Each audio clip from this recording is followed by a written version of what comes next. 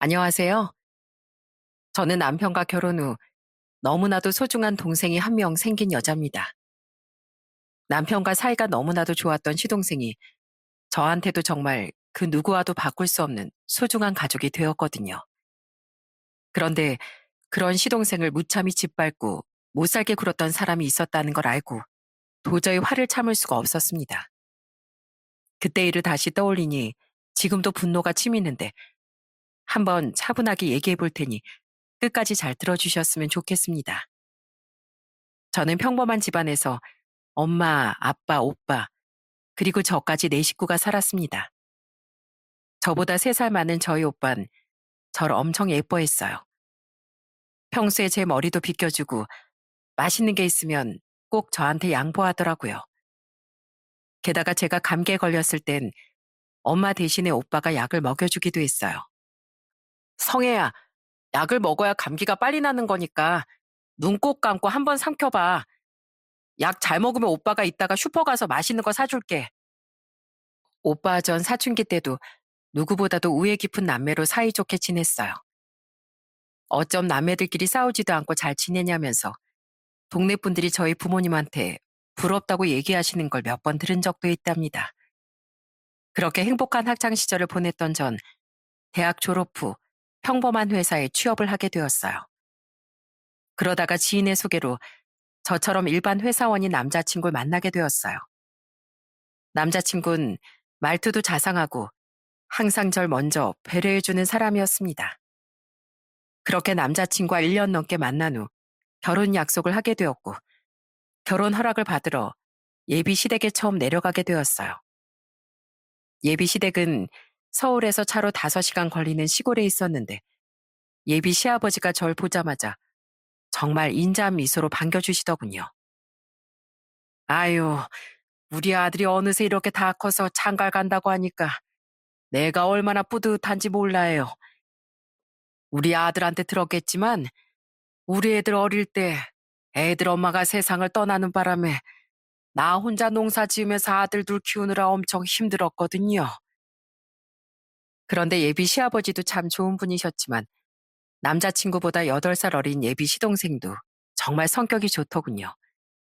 딱 보기에도 되게 착하고 영특하게 생긴 모범생 스타일이었는데 쑥스러워하는 표정으로 저한테 이러더라고요. 안녕하세요, 누나.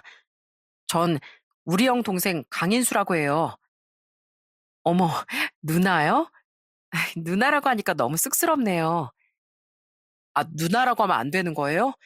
그럼 뭐라고 불러야 돼요? 어, 아직 결혼하기 전이니까 편하게 누나라고 불러요.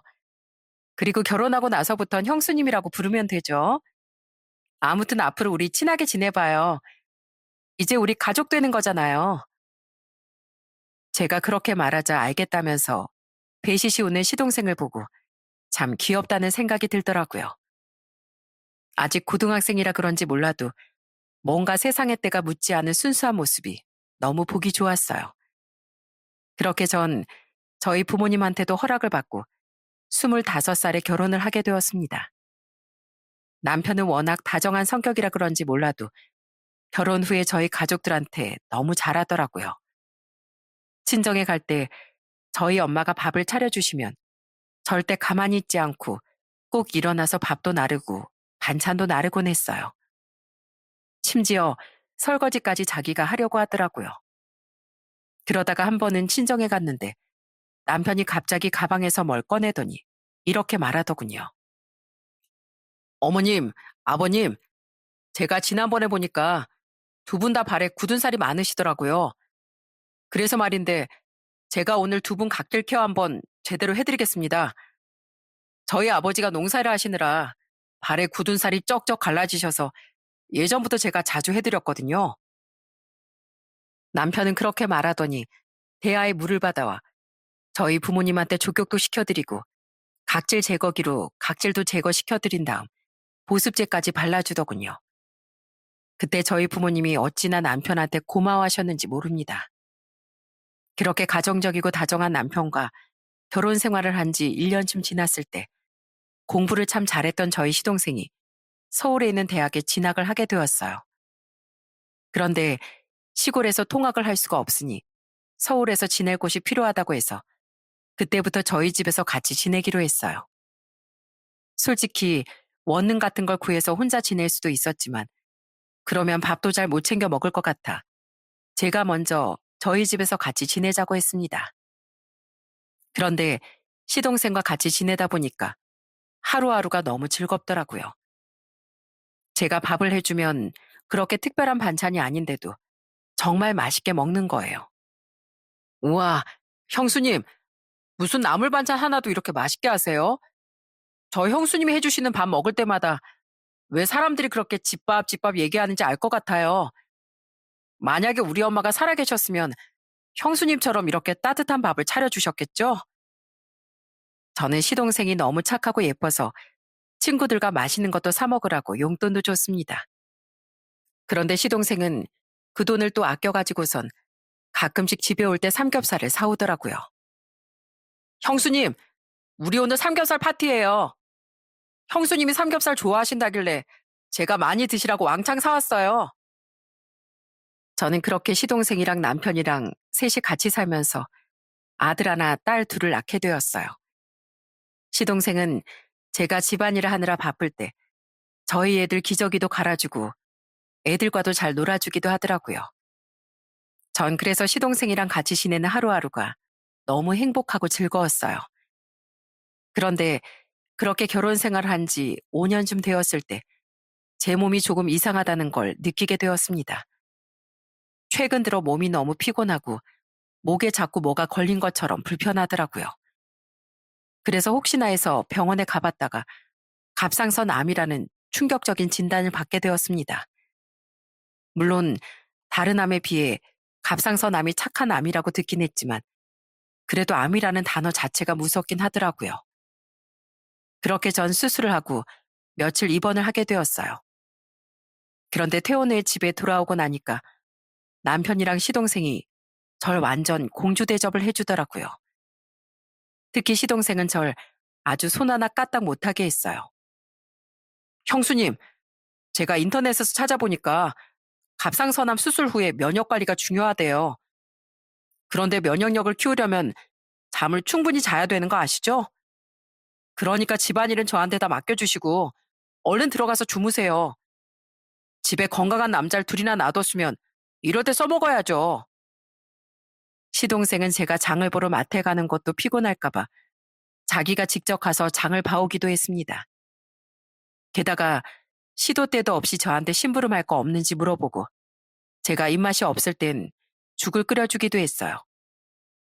그렇게 시동생이 저한테 극진히 잘해줘서 그런지 저는 수술 후 어느 정도 시간이 지나니까 금방 예전의 일상생활을 되찾을 수 있게 되었습니다. 그런데 시동생은 저한테만 잘해준 게 아니었어요. 저희 남편이 다니던 직장에서 실직을 하게 되었는데 그때 남편이 엄청 힘들어했거든요. 그때도 시동생이 옆에서 남편한테 많은 힘이 되어주더군요. 형, 만약에 형이 취업이 안 되면 나라도 얼른 취업해서 돈 벌어다 줄게. 그러니까 너무 우울해하지만 말고 주말에 나랑 등산이라도 가자. 원래 사람이 우울할 땐 햇빛도 좀 쐬고 몸을 움직여야 된대. 시동생이 옆에서 많이 격려해준 덕분에 남편은 다시 기운을 차리고 다른 회사에 취직을 할 수 있게 되었어요. 그런데 한 번은 정말 심장이 떨어질 뻔한 충격적인 일이 일어났던 적이 있었습니다. 제가 애들 셋을 데리고 놀이터에 가서 놀아주고 있는데 마침 친하게 지내던 동네 애기 엄마 한 명이 오랜만에 애를 데리고 놀이터에 온 거예요. 어머, 민영 엄마, 요즘에 통 안 보이더니 어디 갔다 온 거예요? 난 또 말도 없이 어디 이사 간 줄 알았잖아요. 아, 이번에 애들 데리고 인도네시아 발리에 한 달 살기 하고 왔거든요. 애들이 거기 가서 얼마나 재밌게 놀다 왔는지 몰라요. 그런데 그렇게 잠깐 대화를 나눈 후 다시 저희 애들이 놀고 있는 곳을 바라봤는데 아무리 봐도 저희 첫째 딸이 안 보이는 거예요. 그래서 둘째랑 셋째한테 물어봤는데 둘 다 모른다고 하더라고요. 저는 순간 심장이 덜컥해서 놀이터 주변을 샅샅이 뒤졌습니다. 하지만 어디에도 저희 딸이 안 보이더군요. 아무래도 혼자선 안 될 것 같다는 생각에 출근해 있는 남편 대신 집에 있던 시동생한테 전화를 걸었어요. 도련님, 큰일 났어요. 우리 유리가 놀이터에서 놀다가 없어졌어요. 아무리 찾아도 안 보인다고요.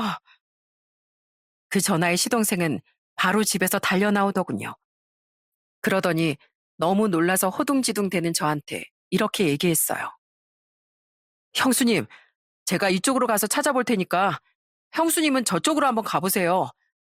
그리고 우리 유리 어떻게든 제가 찾아드릴 테니까 너무 걱정하지 마시고요. 그렇게 저와 시동생은 각자 흩어져서 큰 소리로 저희 딸의 이름을 부르며 찾아다녔습니다. 눈물바람에 정신없이 돌아다니던 그 시간이 얼마나 고통스러웠는지 몰라요. 그런데 한참을 그렇게 찾아다니던 중 시동생한테서 갑자기 전화가 오더군요. 형수님, 유리 찾았어요. 얼른 이쪽으로 와보세요. 전화를 끊고 전 시동생이 말한 곳으로 달려갔습니다. 가보니 그곳은 어느 골목의 구석이었는데 저희 딸이 주인도 없어 보이는 어떤 강아지랑 쭈그려 앉아서 놀고 있더라고요. 엄마, 죄송해요. 아까 놀이터에서 놀다가 이 강아지가 지나가길래 너무 귀여워 보여서 따라왔는데 계속 따라가다 보니까 길을 잃어버렸어요. 아, 내가 진짜 못 살아. 너 엄마가 얼마나 걱정했는 줄 알아?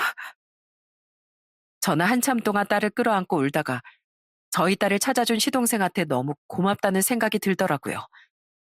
그래서 퉁퉁 부은 눈으로 시동생에게 감사 인사를 했습니다. 도련님, 정말 고마워요. 도련님 아니었으면 우리 유리 못 찾았을지도 몰라요. 도련님이 나랑 우리 유리 살려준 거라고요.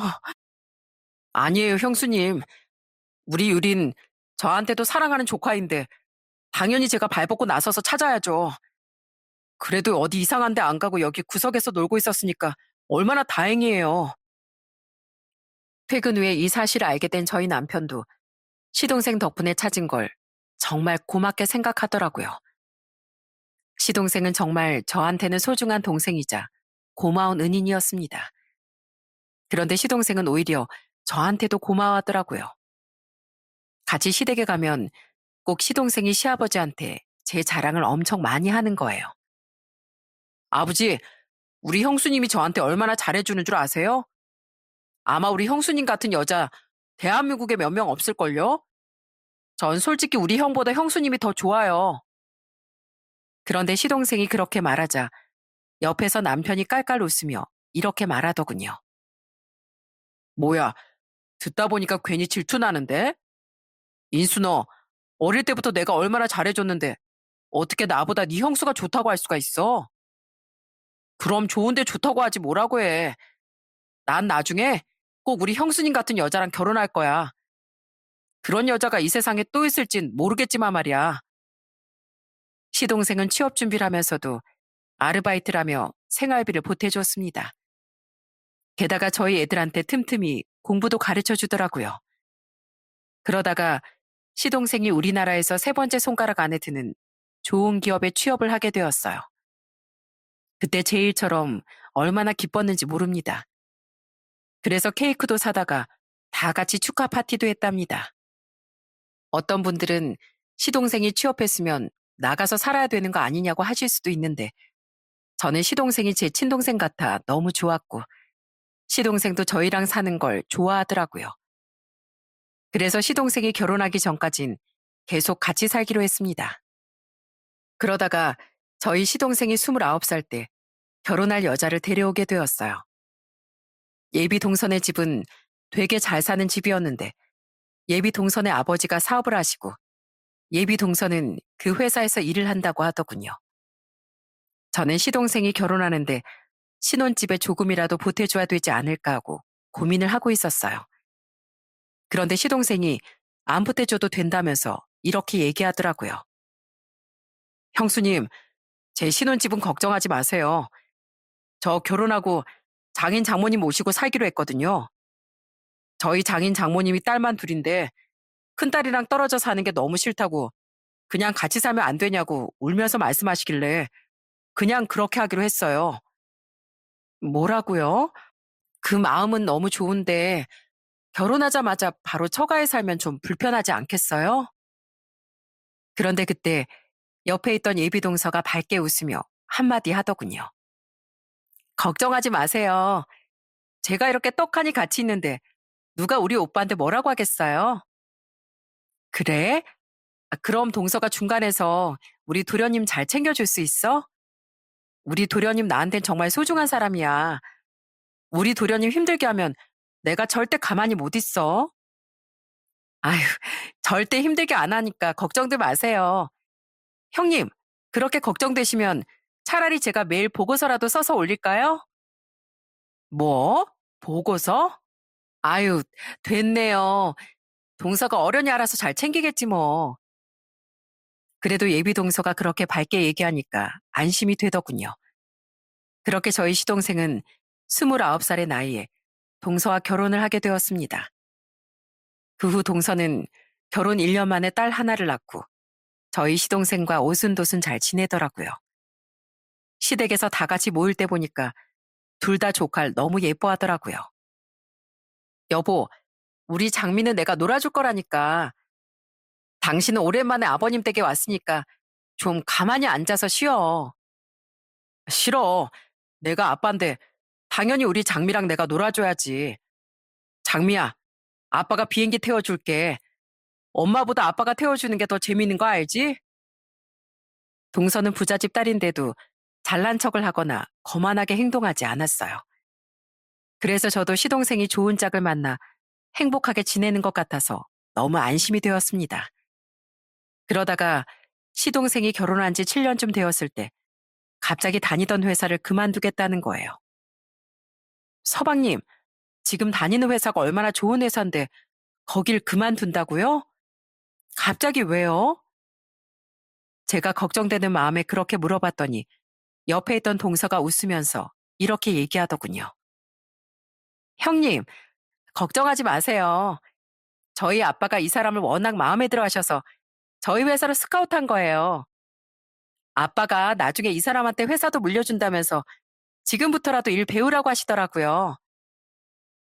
저는 그 얘기를 듣고선 시동생이 처가에서 인정받고 잘 지내는구나 하는 생각에 기분이 좋더군요. 그렇게 시동생은 그때부터 장인이 운영하는 회사에서 일을 하게 되었습니다. 그 후에도 저희 부부는 시동생과 계속 잘 지냈어요. 그런데 시동생이 장인 회사에서 일한 지 3년쯤 되었을 때 갑자기 청천벽력 같은 사건이 일어나고 말았습니다. 시동생이 지방으로 출장을 갔다가 교통사고를 크게 당하고 만 거예요. 연락을 받고 놀라서 병원에 달려가 보니 동서는 펑펑 울고 있고 시동생네 장인 장모도 와 계시더군요. 연락을 받은 시아버지도 시골에서 급하게 올라오셨어요. 그렇게 시동생이 수술을 받고 나왔는데 의사한테서 정말 충격적인 얘기를 듣게 되었습니다. 앞으로 하반신 마비 증상 때문에 제대로 걷지 못할 거라고 하더군요. 저희 가족들은 그 얘기를 듣고 모두 주저앉고 말았어요. 말도 안 돼. 우리 서방님이 하반신 마비라니. 평생 착하고 성실하게 살아왔던 우리 서방님한테 어떻게 이런 일이 일어날 수가 있냐고. 제가 울면서 그렇게 얘기하자 옆에 있던 동서가 제 손을 꼭 잡고선 이렇게 말하더군요. 형님, 걱정하지 마세요. 제가 우리 그이 어떻게든 다시 일어날 수 있게 할 거예요. 무슨 일이 있어도 예전처럼 다시 웃게 만들 거라고요. 동서 몇 번이고 저와 남편한테 자기만 믿으라고 하더군요. 전 그렇게 시동생을 생각해주는 동서한테 너무 고마웠어요. 그렇게 한동안 병원 신세를 졌던 시동생은 퇴원 후에 나름대로 열심히 살아갔습니다. 휠체어를 탄 채로 회사도 계속 다니고 재활도 꾸준히 다녔어요. 그래도 용기를 잃지 않고 열심히 살아가는 시동생이 너무 대견하게 느껴졌습니다. 그런데 몸이 불편해지니 사는 게 힘들어서 그랬을까요? 언젠가부터 시동생이랑 만나면 자꾸 표정도 안 좋고 목소리도 어딘가 모르게 침울해 보이는 거예요. 게다가 시댁에 오는 횟수도 점점 뜸해지더니 나중엔 거의 안 오더라고요. 너무 걱정되는 마음에 시동생한테 무슨 일 있는 거 아니냐고 전화로 물어봤는데 시동생은 아무 일도 없다며 걱정하지 말라고 하더군요. 진짜 아무 일 없는 거 맞아요? 서방님 요즘에 전화하면 맨날 목소리에 기운도 없고 최근 들어 얼굴 보기도 엄청 힘들잖아요. 아, 그냥 사고 난 이후에 체력이 예전 같지 않아서 그래요. 그거 말곤 힘든 거 아무것도 없으니까 진짜로 걱정하실 필요 하나도 없어요. 시동생은 저와 남편이 몇 번을 물어봐도 계속 괜찮다고만 얘기하더군요. 꼬치꼬치 물어봐도 대답을 안 해주니까 그냥 진짜 체력이 약해져서 그런가 보다 할 수밖에 없었죠. 그런데 역시 불길한 예감은 빗나가지 않는 걸까요? 시동생이 사고가 난 지 2년 정도 지났을 때 정말 충격적인 사건이 벌어지고 말았습니다. 시동생이 갑자기 다쳐서 입원했다고 연락이 온 거예요. 그래서 너무 걱정되는 마음에 남편이랑 같이 시동생이 입원한 병원에 찾아갔습니다. 그런데 세상에 아주 얼굴이 엉망진창이 되어 있더라고요. 서방님, 도대체 이게 무슨 일이에요? 뭐 하다가 이렇게 다친 건데요? 아, 그게 집에 있다가 휠체어에서 갑자기 굴러 떨어졌거든요. 갑자기 휠체어에서 왜 굴러 떨어져요? 그러고 보니 동서도 전화를 안 받던데 진짜로 무슨 일 있는 거 아니에요? 도대체 정확히 무슨 일이 있었던 거냐고요. 제가 그렇게 추궁하자 시동생이 갑자기 눈물을 뚝뚝 흘리면서 저와 남편한테 정말 믿을 수 없는 이야기를 하기 시작하더군요. 시동생의 입에서 나온 첫 마디는 바로 이거였습니다. 형수님, 저요. 사실 장모한테 맞고 살아요. 오늘 이렇게 된 것도 다 저희 장모 때문이라고요. 알고 보니까 시동생이 다리를 다친 이후부터 시동생의 장모가 시동생을 대하는 태도가 점점 달라졌다고 합니다. 처음엔 안쓰러워하더니 조금 시간이 지나니까 시동생이 휠체어를 타고 지나갈 때마다 한숨을 푹푹 쉬고 째려봤다는 거예요. 그러다가 하루는 할 말이 있다며 시동생한테 이렇게 얘기했다더군요. 자네, 양심이 있으면 알아서 우리 딸이랑 이혼해야 되는 거 아닌가? 우리 소녀딸을 우리가 키울 테니까 자넨 그냥 몸만 나가게. 우리한테 이제 자넨 필요 없으니까 그냥 나가라고. 네? 이혼하고 나가라니 그게 무슨 말씀이세요? 게다가 우리 장미를 두고 가라고요? 저 절대로 그렇게 못합니다. 저희 장미 때문에라도 그렇게 못한다고요. 그런데 시동생이 이혼을 거부하니까 그때부터 장모가 대놓고 시동생을 못살게 굴기 시작했다더군요. 집에서 다 같이 밥을 먹을 때도 일부러 시동생 밥만 안 줬대요.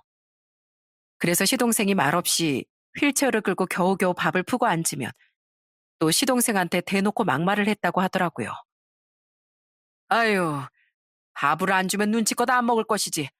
꾸역꾸역 떠오는 건 뭐야? 자네, 진짜 우리 딸 인생 망치려고 그러나? 다리가 그 모양이면 양식껏 알아서 우리 딸 낳아줘야 될 거 아니야? 그런데도 시동생은 도저히 조카를 두고 나올 수가 없어 계속 버텼다고 합니다. 그런데 장모는 시동생 보고 아예 회사에도 나오지 말라고 했다더군요. 그래서 한 번은 시동생이 장모한테 애원을 한 적도 있었대요. 장모님, 저 비록 다리는 이렇지만 가장으로서 정말 열심히 살 자신 있습니다. 제가 몸이 좀 힘들더라도 남들보다 2배, 3배로 노력할 테니까 제발 회사에 다시 출근하게 해주시면 안 될까요? 그랬더니 장모가 식탁을 주먹으로 쾅 치면서 시끄러운 소리 하지 말라고 또 소리를 쳤다더군요. 그러면서 식탁에 있던 찬물까지 시동생한테 확 끼얹었다는 거예요. 자네, 지금 우리 집이 좀 잘 사니까 거머리처럼 끝까지 들러붙으려고 하는가 본데 쓸데없는 생각하지 말고 제발 여기서 나가. 우리가 무슨 자선단체도 아니고 자네 같은 사람을 언제까지 끼고 살 줄 알아? 장모가 그렇게까지 하자 옆에 있던 저희 조카가 울면서 장모를 말렸다고 하더군요. 할머니, 제발 그러지 마세요. 우리 아빠가 잘못한 거 하나도 없는데 왜 우리 아빠한테 그렇게 못되게 굴어요? 그런데 문제는 장모가 계속 그렇게 하니까 동서까지 본인 엄마랑 똑같이 행동하기 시작했다는 겁니다. 그러게 누가 당신 보고 사고 나랬어? 당신이 운 나쁘게 사고 난 건데 나보고 뭘 어쩌라고. 하루 이틀도 아니고 평생을 같이 살아야 되는데 앞날이 창창한 내가 어떻게 당신이랑 같이 살아? 나 이렇게 못 살아. 이렇게 못 산다고. 그러다가 한 번은 시동생이 방에 있었는데 시동생의 장모랑 동서가 거실에서 대놓고 시동생의 흉을 봤다고 하더군요. 아유, 도대체 저놈은 언제까지 저렇게 눌러 앉아 있으려나 몰라. 아주 쓸모없는 짐덩어리가 따로 없잖아. 유경아, 그냥 강서방 너희 시아버지한테 보내버리면 안 되니? 그냥 짐 싸서 내쫓으면 안 되냐고. 나도 할 수만 있으면 그러고 싶죠. 그냥 조용히 이혼해주면 되는데 왜 안 해주는지 몰라요. 방 안에서 그 얘기를 듣고 있던 시동생은 너무 화가 나서 거실로 나가 장모랑 동서한테 화를 냈다고 합니다. 다들 진짜 너무하신 거 아니세요? 제가 재활 열심히 해서 꼭 일어서겠다고 했잖아요. 다리가 불편해도 열심히 일해보겠다고 했잖아요. 그러니까 절 무시하지만 마시고 한 번만 믿어주시면 안 되는 거예요? 참나, 믿어주긴 뭘 믿어줘? 몸이 그 모양이 됐으면 알아서 우리 딸 인생에서 꺼져줄 것이지.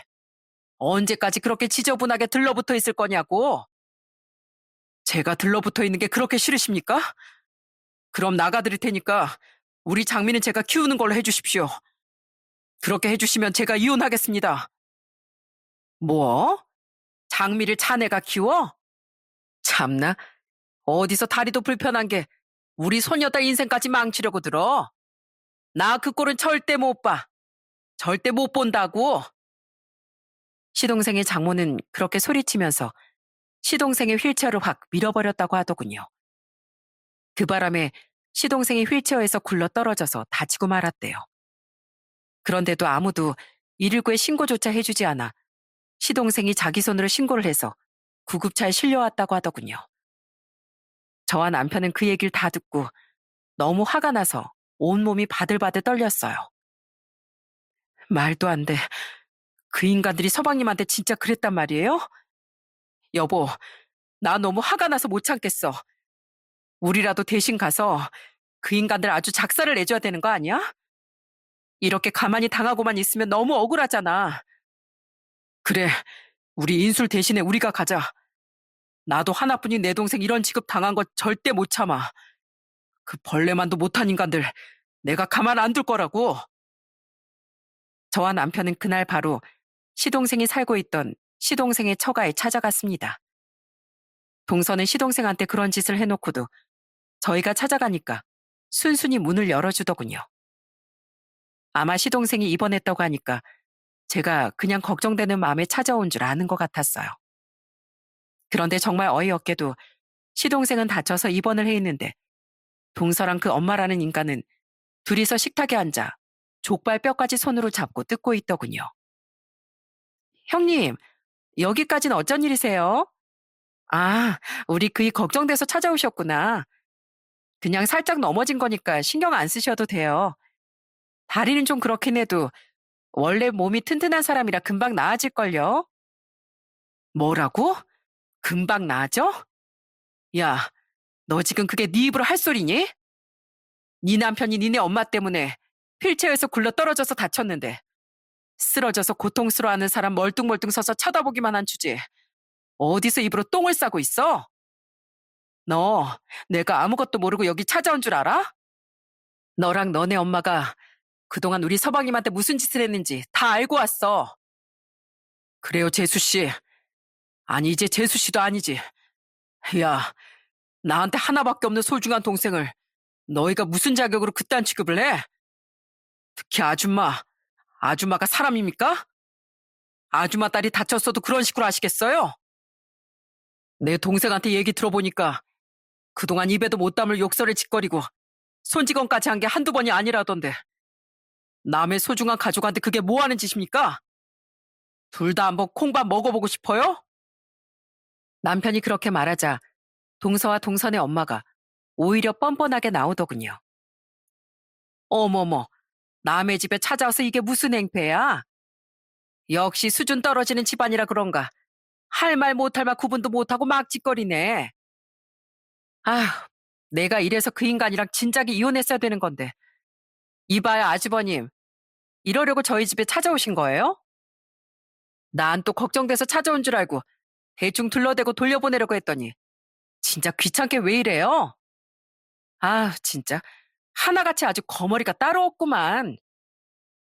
저는 그 말에 순간 너무 화가 나서 눈이 확 돌아버리더군요. 그래서 둘이 먹고 있던 족발 그릇을 확 뒤집어 엎어버렸습니다. 야, 너 말 다 했어? 필요할 때만 쪽쪽 빨아먹다가 우리 서방님이 몸 다치니까 버리는 너희야말로 거머리잖아. 그리고 아줌마 때문에 우리 서방님은 몸도 다치고 마음도 다쳤거든요? 나 우리 서방님한테 그렇게 상처 준 거 절대 용서 못해요. 우리 서방님이 받은 정신적 피해랑 육체적 피해에 대해 정식으로 고소하고 피해 보상 청구할 거라고요. 아시겠어요? 저는 그렇게 말하고선 쏟아진 족발을 다시 주워서 확 던져버렸습니다. 그리고 남편 손을 잡고 그 집을 빠져나오게 되었어요. 그리고 진짜로 시동생의 장모를 고소하게 되었습니다. 그리고 틈날 때마다 시동생이 입원한 병원을 찾아갔죠. 그래도 저희가 자주 찾아가니까 시동생의 표정이 한결 편안해지더라고요. 그런데 하루는 또 남편이랑 같이 시동생의 병문안을 가 있었는데 갑자기 병실에 어떤 사람이 한 명 찾아왔습니다. 그 사람은 바로 시동생의 장인이었어요. 시동생한테 얘기를 들어보니까 그래도 장인은 장모랑 동서가 그렇게 할 때마다 시동생 편을 들어줬다고 하더군요.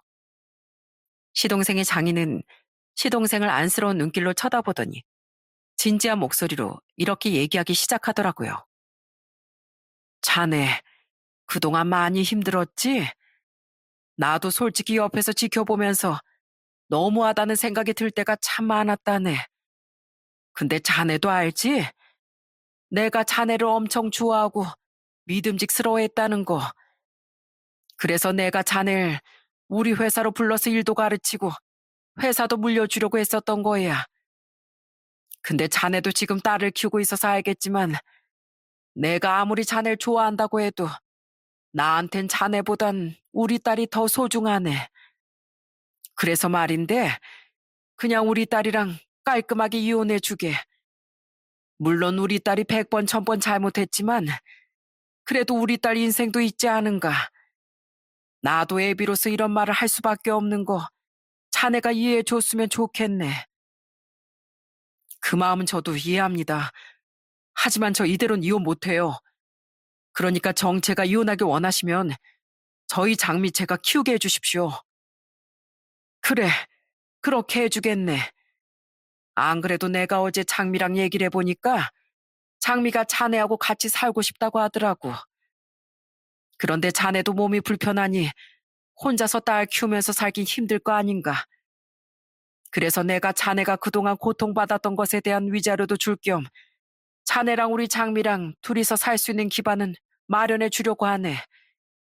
그러니까 서로 더 이상 감정싸움 하지 말고 이쯤에서 끝내는 게 어떻겠는가. 그나저나 내가 괜히 자네를 우리 회사로 불러서 이런 일이 생긴 것 같아 너무 미안하네. 자네한테 정말로 할 말이 없어.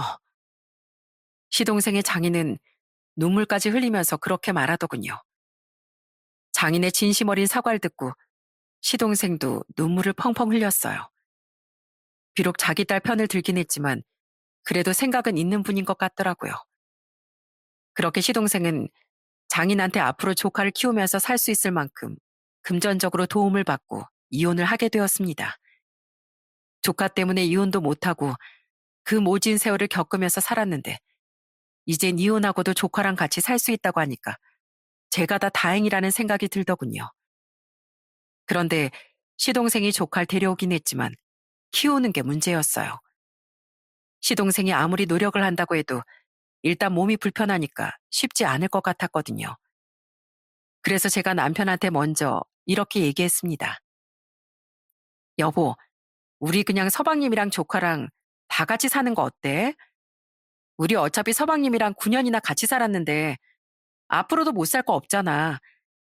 그리고 서방님 혼자 조카 키우려면 힘들 텐데 내가 옆에서 도와주면 더 좋을 것 같아서. 여보, 그게 정말이야? 정말 우리 인수랑 같이 살아도 돼? 그럼 당연히 되지. 나 서방님이랑 같이 살 때 되게 즐거워했었던 거 당신도 알잖아. 서방님은 나한테도 친동생 같은 존재니까 꼭 그렇게 하고 싶어. 여보, 고마워. 나 사실 인수가 너무 걱정돼서 우리 집으로 데려오고 싶었는데 당신이 불편해할까봐 말을 못 꺼내고 있었거든. 그런데 그렇게 먼저 말해줘서 고마워. 역시 나한텐 당신밖에 없어. 그렇게 시동생은 돌고 돌아 12년 만에 다시 저희 집으로 오게 되었습니다. 그런데 이제는 저희도 애들이 커서 다 같이 살기엔 집이 너무 좁더라고요. 그래서 시동생 돈을 보태서 더 넓은 집으로 이사를 가게 되었어요. 다행히 저희 애들도 어릴 때 시동생과 같이 살았던 기간이 있어서 그런지 전혀 불편해하지 않고 오히려 좋아하더라고요. 게다가 저희 애들이 조카를 얼마나 챙겨줬는지 모릅니다. 장미야, 오빠가 숙제 도와줄까? 오빠 수학 되게 잘하거든. 아니야, 오빠 말고 이 언니가 도와줄게. 나 이번에 수학 100점 맞았거든. 그리고 설명도 유찬 오빠보다 내가 훨씬 더 잘해. 우와, 나 선생님 엄청 많아졌다. 그러면 오늘은 오빠가 먼저 얘기했으니까 오빠가 도와주고 다음번엔 언니가 도와주라. 나도 한 명만 선택하긴 너무 어렵단 말이야. 그러다가 한 번은 제가 조카한테 왜 엄마 말고 아빠랑 살고 싶다고 했는지 물어본 적이 있었어요. 그랬더니 조카가 저한테 이렇게 얘기하더라고요. 우리 아빠가 사고 나기 전엔 세상에서 제일 멋진 아빠였거든요. 근데 아빠가 다치고 나니까 외할머니랑 엄마가 아빠를 계속 무시하고 못되게 굴었잖아요. 그래서 엄마랑 아빠랑 헤어지고 나면 아빠 옆에 지켜줄 사람이 저밖에 없을 것 같아서 아빠랑 같이 산다고 한 거예요. 저한테 아빠는 세상에서 하나뿐인 소중한 존재란 말이에요. 이제 10살이 된 조칸 정말 기특하게도 그런 생각을 했었나 보더라고요. 조카의 얘기를 들으면서 참 마음이 아팠습니다. 그래도 시동생이 저희 집에서 지내고 나서부터 표정이 점점 좋아지기 시작했어요. 처음엔 밥도 잘 못 먹더니 이제는 제가 해주는 걸 예전처럼 엄청 잘 먹더라고요. 이야, 역시 형수님 손맛은 어디 안 간다니까요. 제가 결혼하고 나서 형수님 음식이 얼마나 그리웠는 줄 아세요? 그런데 이렇게 다시 먹게 되니까 이게 꿈인지 생신지 모르겠어요. 그렇게 맛있어요? 두 그릇이든 세 그릇이든 얼마든지 더 줄 테니까 더 먹어요. 내가 우리 사방님을 위해서라도 앞으로 요리 실력 안 줄게 매일매일 요리해야겠네. 우와, 진짜요? 그럼 저 맨날 두 그릇씩 먹을 텐데요. 이러다가 배불뚝이 아저씨 되는 거 아닌지 모르겠어요. 그렇게 저희 집에서 잘 지내다가 한 번은 다 같이 시댁에 간 적이 있었어요. 시아버진 오랜만에 만난 시동생의 다리를 어루만지며 눈물을 흘리시더라고요. 아이고, 우리 아들, 이 다리를 어쩌면 좋을꼬. 내가 할 수만 있다면 내 다리라도 떼어주고 싶은데 그럴 수가 없는 게 내 한이야. 사실 저희 시아버진 시동생이 전 처가에서 그런 일을 당했다는 걸 자세히는 모르고 계십니다. 안 그래도 아들이 다리가 그렇게 되어서 마음 아파하실 텐데 아들이 그런 일까지 당했다는 걸 알게 되시면 쓰러지실까봐 걱정이 돼서 자세히 말씀을 안 드렸거든요. 그래서 그냥 전 동서와 성격 차이로 이혼한 줄 아시는데 아들이 다리까지 다친 마당에 이혼까지 했다고 하니까 엄청 속상해 하시는 것 같더라고요. 그래서 전 시아버지를 안심시켜드리기 위해 밝게 웃으면서 이렇게 얘기했습니다. 아버님, 걱정하지 마세요. 서방님이 다리가 좀 불편해도 얼마 전에 직장 구해서 성실하게 출근도 하고 있고 저희 집에서도 매일 웃으면서 잘 지내고 있거든요. 저희가 무슨 일이 있어도 서방님 옆에서 계속 지켜줄 거예요. 아휴, 정말 고맙다, 애미야.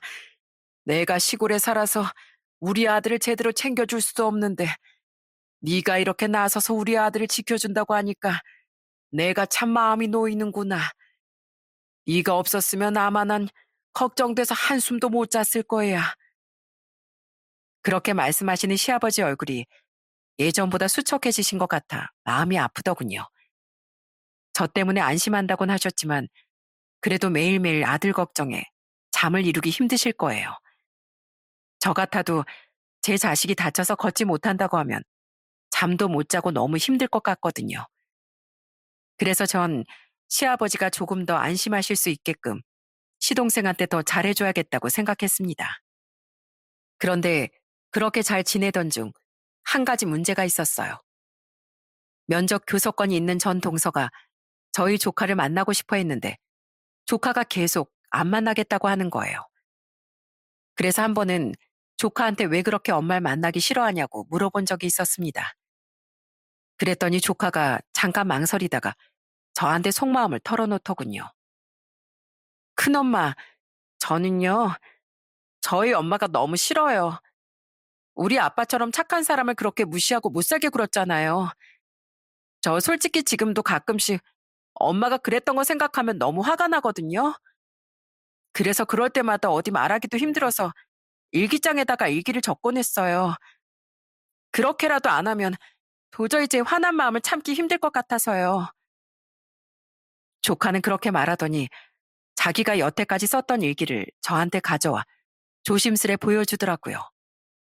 그런데 그 내용은 정말 충격적이었습니다.